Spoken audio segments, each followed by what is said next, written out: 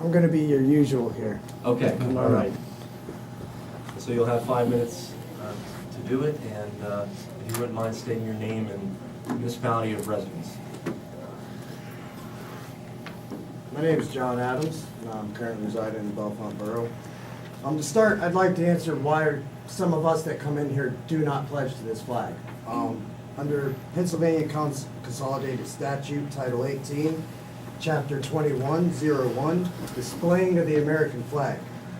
The offense is defined as a person is guilty of a summary offense of being directly or indirectly in charge of any public gathering in any place if he fails at such gathering to display publicly and visibly the flag of the United States, reasonably clean and in good repair. I see a flag here. My problem is with Section 2102 of Pennsylvania Consolidated Statute, Title 18. Desecration of the United States flag. The offense is defined, a person is guilty of a misdemeanor of the third degree if in any manner he, for exhibition or display, places any marks, writing, or design of any nature or any advertisement upon the flag. That is a yellow fringe on that flag. That is not the original American flag. I did not go to school every day of my life pledging allegiance to a yellow fringe flag. I will not do it now.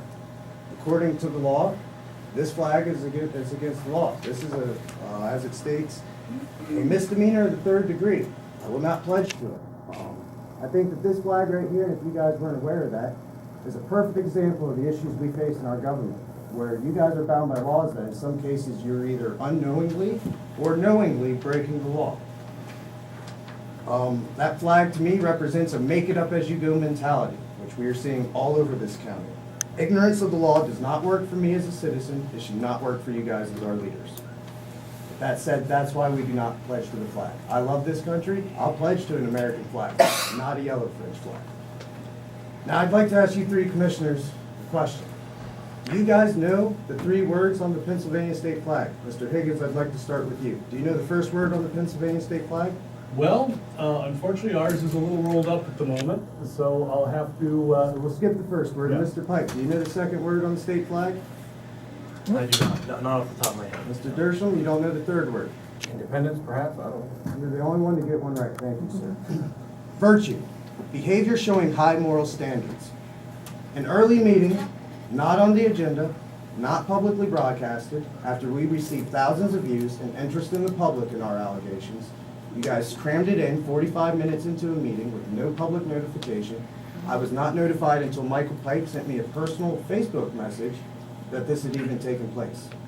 I felt it was a slap in the face, and I'm going to make sure that all the people that have supported this and are interested realize that that was a slap in the face to them as well. This is a dialogue that should have been carried out in public with notification given to the public, not just swept under the rug like this county seems to love to do. Liberty, the second word on the flag. The state of being free within society from oppressive restrictions imposed by authority on one's way of life, behavior, or political views. The reason I stand, and I'm willing to speak before you men today, is because I am not afraid of tyrants. I know liberty, and abusers of power do not scare me. Independence, that you got, Commissioner Dersham, I applaud you. The fact or state of being independent. We will expose the lawlessness in this county. We will not stop until the shadows of abusive power are brought to light and the people of Happy Valley truly know independence. And that's my opener for you guys. Now, my issue that I'm sitting here in front of you today is with the follow-up that was done by Election Director Joyce E. McKinley last week. You guys told us you'd give us a month. It came a week early. It's fine. As you can see, I'm here ready to do battle with you. First of all, it wasn't on the agenda. I'll take issue with that. Our issue was not particularly with Worth Township, but more so the whole process. That was just one example of many that we had dug up. About a minute left, just like you're in, John. Yes, sir. We most assuredly educated ourselves before raising this issue. It appears that you guys are the ones in need of educating. The primaries are irrelevant if you are running in a party, and definitely not most critical if you are not running in a party. I'm sorry.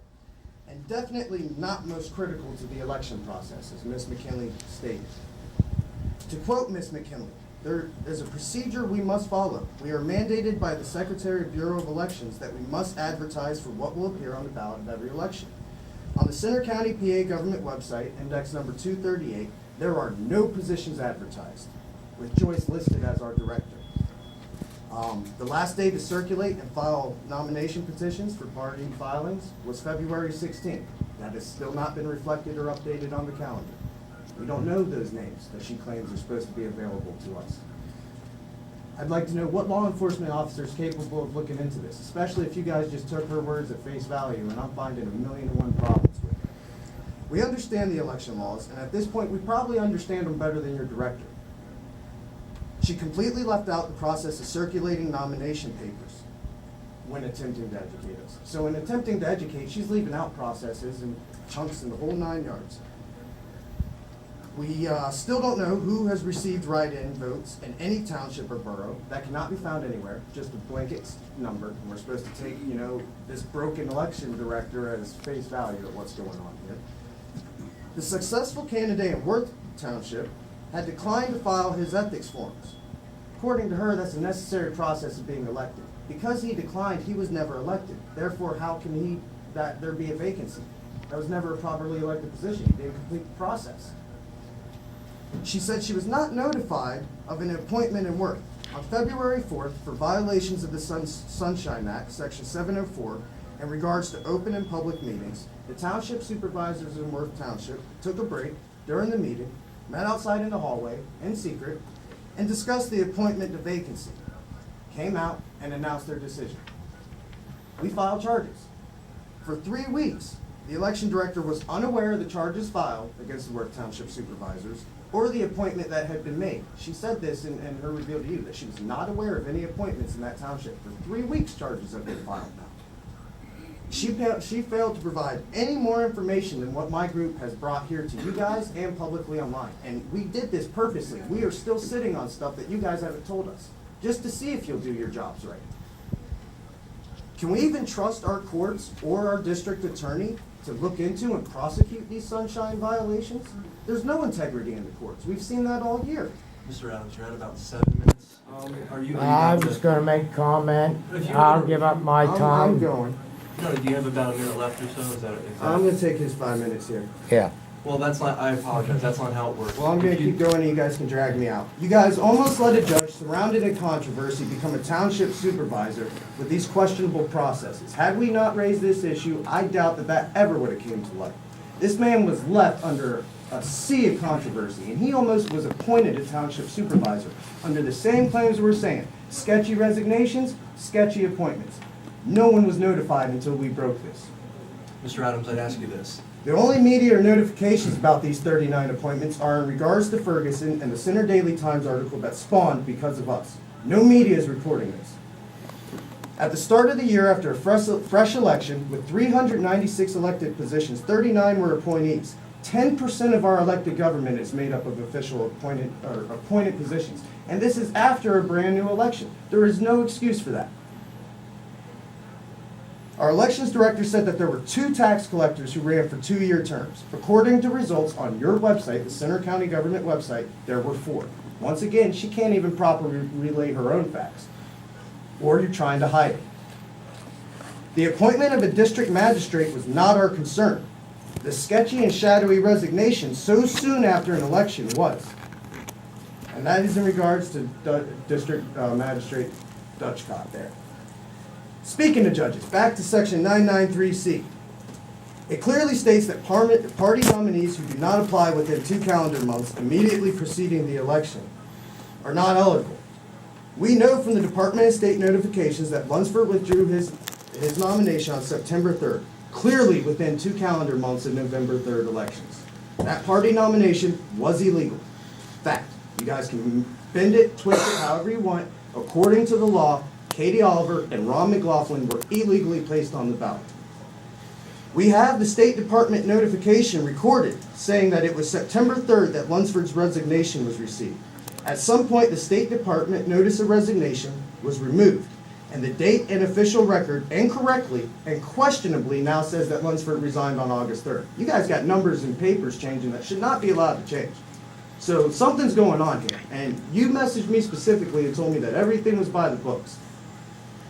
Even Commissioner Dersham admitted in the last meeting that this was outside his pay grade. Who is not engaged in scandal at the state level that is able to look into this right now? You guys admit to using outside audit firms in place of elected auditors and downplay the auditor's role in government, relegating them to wage setters. When in reality, the Board of Auditors has the power to issue subpoenas, require oaths, with penalty of perjury. These auditors have the same subpoena power as the Court of Common Pleas. No wonder Center County wants to hire buddy firms to do their dirty bidding. Now with this, I've raised many issues. I told you last time I had little faith. I now have no faith in my elected officials to run this government or to properly represent the will of the people. With 10% of our government made up of appointed positions, who knows how many more in the last 2 to 4 years that we were not informed of? We could see numbers of anywhere from 10 to 40% plus of appointed government. I think it is far past time for the Federal Bureau of Investigation and the Department of Justice to come into Center County, get involved, help educate you guys, your election director, and get to the bottom of whatever the hell everyone's trying to hide in this county. Now, my closing remarks, and I'm sorry for running late. Commissioner Higgins, you mentioned to us in our first meeting that you petitioned it during the winter and you were out there during some cold months. I want to let you know, my group, we stood for 16 weeks straight in the cold. And we'll stand for 16 weeks straight in the summer as well. Commissioner Pike, you messaged me, and you told me that this was all by the books and everything was okay. I've given you now over 21 bullet points to look into. If after doing so you can still tell me that everything's okay, then you, sir, are a liar and a con man, much like the rest of the politicians plaguing our country. And Commissioner Dershel, by the end of this, the Anarchy Party might be a majority party in Center County. That's all I got for you. Okay, thank you, Mr. Adams.